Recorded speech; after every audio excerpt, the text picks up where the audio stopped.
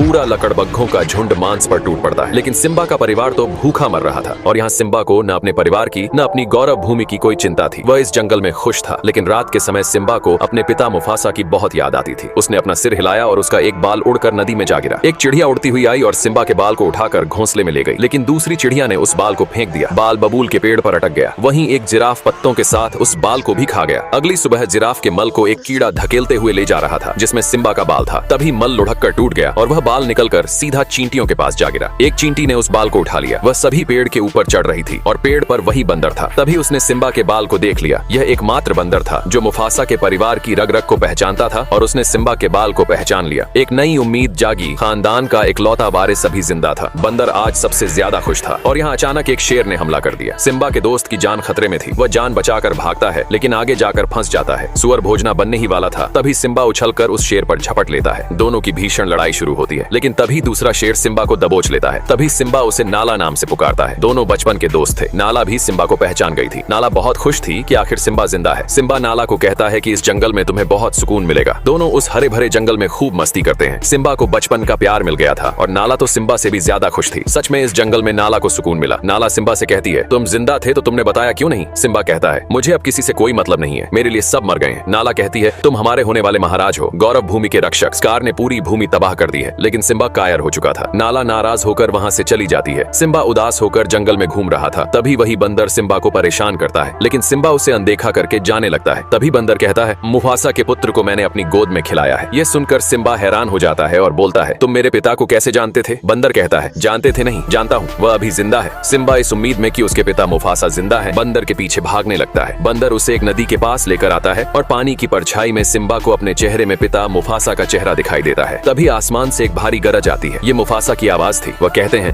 राजा का कर्तव्य अपनी प्रजा और अपनी गौरव भूमि की रक्षा करना होता है, न कि छुप कर एक जीवन जीना। मुफासा की बात सुनकर सिम्बा में वह जोश आ जाता है जो जीवन भर रहेगा। वह अपनी गौरव भूमि की रक्षा के लिए और उस पापी स्कार को मिट्टी में मिलाने निकल पड़ता है।